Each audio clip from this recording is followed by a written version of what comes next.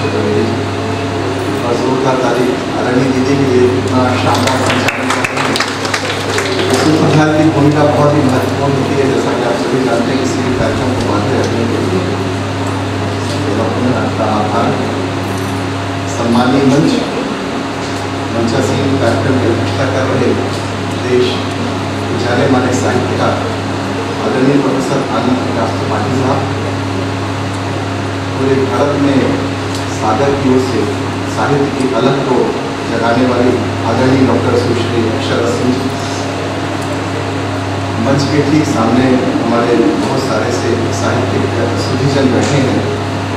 मैं पूरा सबका नाम ले पाता हूँ कि मुझे क्षमा करिएगा, लेकिन जो नाम मैं लेना चाह रहा हूँ डॉक्टर नामदेव जी, डॉक्टर गजानन जी, आदरणीय डॉक्टर आर के तिवारी जी, प्रोफेसर मौर्य जी, प्रोफेसर जैन जी, हमारे परम मित्र प्रोफेसर पाठक साहब, डॉक्टर नलिन जैन जी, डॉक्टर रवीन कक्का जी, doctor Namdev ji, professor Ritesh Srivastava ji, doctor Madhav ji, Govind Sarvaiya जी, डॉक्टर आशुतोष जी, डॉक्टर शशि जी, डॉक्टर पुष्पल घोष जी, doctor Vinod ji, doctor Dev Singh ji, doctor Shri Kapil ji और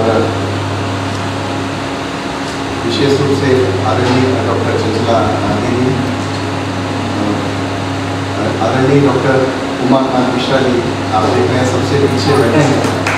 इनकी खास बात ये है कि इन्होंने ही सागर में शुरुआत की है नवोदित लोगों को मंच प्रोवाइड करने के लिए, और ये बहुत बड़ी एक साधना है।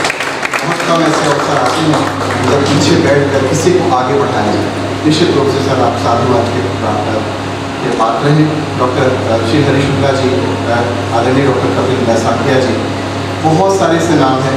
मैं क्षमा चाहता हूँ, मैं नाम नहीं ले पा रहा हूँ, मुझे लग रहा है कि समय कीमत बहुत ज़्यादा है, लेकिन साथ में ये ज़रूर कहना चाहूँगा कि जो यहाँ पे सभी साहित्य मनीषी बैठे हैं, जिनके कारण आज सागर पूरे देश में जाना जाता है साहित्य को लेकर, तो फिर सभी जो आदरणीय सामने बैठे हैं साहित्य मनीषी हमारे, उन सबके चरणों को मैं प्रणाम करता हूँ और सबके आशीर्वाद का आकांक्षी हूँ कि इसी तरह आपका आशीर्वाद इस साहित्य साधना के लिए जो अनवरत लगे हैं उन्हें मिले और इस विश्वविद्यालय को भी मिले। बिकॉज डॉक्टर हरीश सिंह गौर का विश्वविद्यालय है, ये आप ही का है, आप ही के मार्गदर्शन पे, आप ही के सहयोग से पूरा आगे बढ़ने का प्रयास कर रहा है।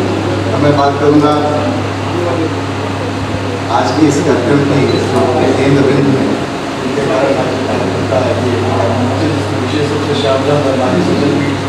आयोजन है डॉक्टर सुजाता मिश्र जी का। मैं आपको बैकग्राउंड बता दूँ कि इनके जो पिताजी हैं वो देश के जाने माने चिंतक, विचारक और साहित्यकार हैं, आदरणीय डॉक्टर रामेश्वर मिश्रा पंकज जी। और रामेश्वर मिश्रा पंकज जी का जो जन्म है वो रीवा में हुआ है और मेरा भी जन्म रीवा में हुआ है। तो ये हमारी एक छोटी बहन है, मैं आपको बताना चाहता हूँ। और जैसा कि सभी जानते हैं कि आपके जो भाई हैं श्री कपिल जी, देश के माने जाने राजनीतिक हैं, पूर्व मंत्री हैं और बहुत ही ओजस्वी वक्ता हैं। अभी कुछ ही दिनों पूर्व मध्य प्रदेश में इन्होंने जो एक सूत्र वाक्य दिया है 4 पॉइंट्स का, वो फेसबुक में बहुत चर्चित है और बहुत ज़्यादा उस पर हिट्स मिल रहे हैं। तो एक सबसे बड़ी बात ये है कि एक मैं छोटी सी शुरुआत करना चाहूँगा जंगल के बारे में। सभी जानते हैं कि जंगल का जो राजा होता है वो शेर होता है, लेकिन ये भी आप जानते हैं कि अगर बलशाली जानवर की बात करें जंगल में तो वो हाथी होता है, सबसे तेज़ दौड़ने वाला वो तेंदुआ होता है, सबसे बुद्धिमान जो होता है वो दूसरा जानवर होता है, और साथ में सबसे लंबा या कहें जिराफ होता है। तो आखिर ऐसा क्या कारण है कि जंगल में शेर को ही हम राजा कहते हैं? उसके बाद सिर्फ एक चीज़ होती है, दैट इज़ एटीट्यूड। और वो एटीट्यूड के कारण ही उसको लगता है कि हम राजा हैं तो हैं, इसीलिए वो अपने आप को राजा मानता है और वो जंगल का राजा होता है। इसी प्रकार अगर कोई भी कई बार जब समीक्षाएं हम करते हैं तो किसी एक पुस्तक में करते हैं, एक नहीं, दो नहीं, 18 पुस्तकों का समीक्षा करना ये अपने आप में हरकुलेट टास्क है और वो कोई शेयर नहीं कर सकता।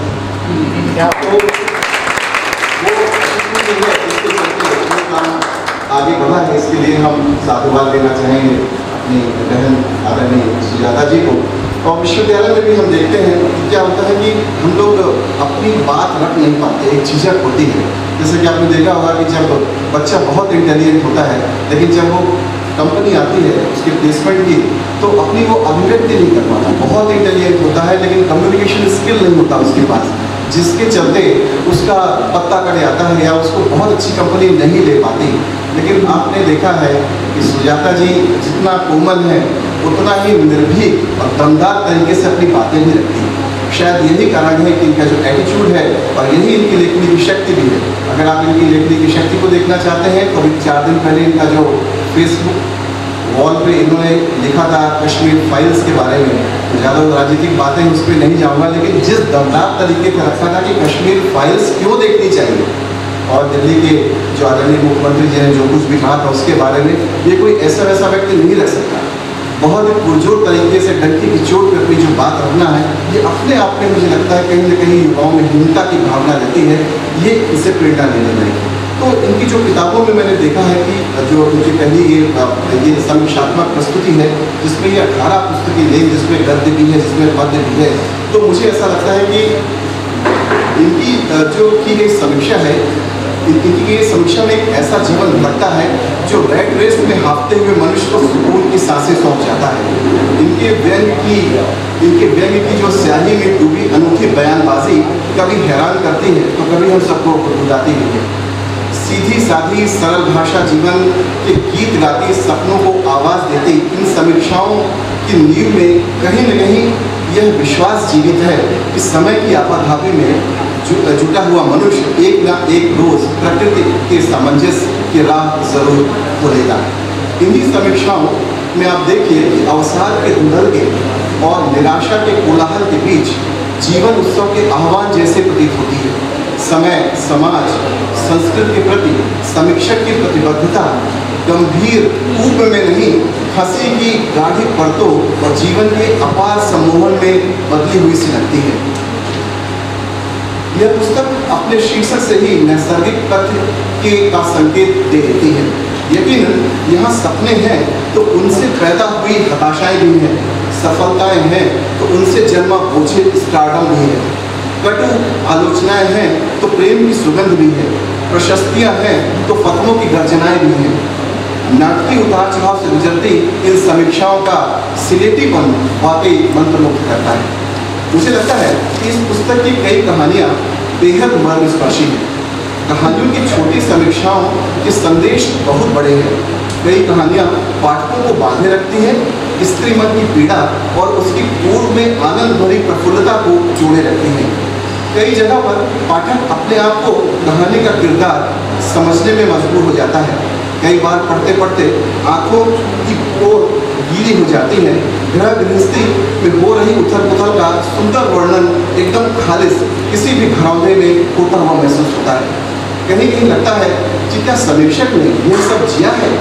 अनेक सामाजिक पहलुओं, अनुभवों, छोटी उम्र की बड़ी समझ लेखिका की कल्पनाशीलता का उन्माद और सामर्थ्य दर्शाते हैं। जीवन का कष्ट, क्लेश, पीड़ा, विलाप का मिश्रण दिल को छू जाता है। वास्तव में इस पुस्तक के कई रंग हैं, महक अलग अलग है, बस ज़रूरत है इन्हें महसूस करने की। मुझे लगता है कि संग्रह की सभी कहानियाँ एवं पद्य पाठक के सोच के अनगिनत आयाम देती हैं। इन कृतियों में जीवन का हर रंग दिखाई देता है। इनमें आज के समय का विषय तो है ही, एक पीढ़ी पहले के समय की संवेदनाएं भी हैं। यह एक ऐसा संग्रह है जो हर हिंदी और कहानी प्रेमी पाठक को जरूर पढ़ना चाहिए। समीक्षक ने युवाओं की सोच और उनकी मानसिक स्थिति का जो खाका प्रस्तुत किया है वह अभूतपूर्व है। उन्होंने यह लिखने की हिम्मत दिखाई है जो जानते सभी हैं और स्वीकार करने की हिम्मत नहीं जुटा पाते।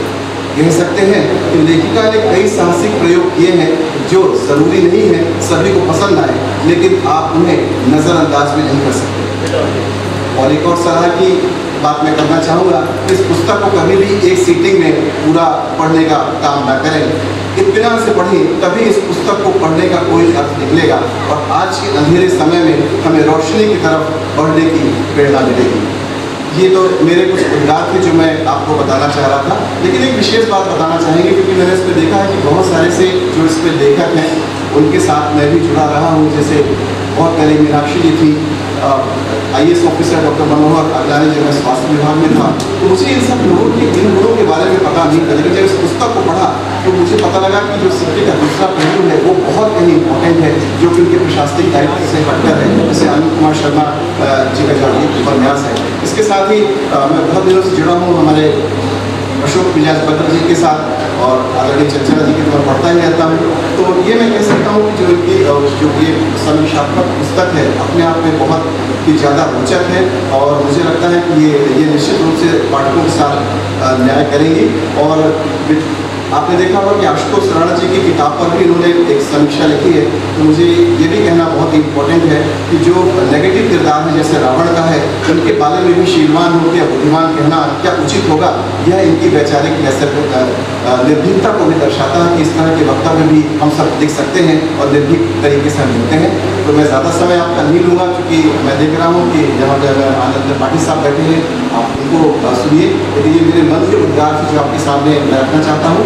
एक बार पुनः मैं जितने यहाँ पर जो आयोजक हैं उनका मैं आभार व्यक्त करना चाहता हूँ कि उन्होंने मुझे मंच दिया और मुझे इतना सम्मान दिया, उसके लिए मैं आपका आभारी, विशेष रूप से मैं सागर वासियों का बहुत बहुत आभार व्यक्त करता हूँ।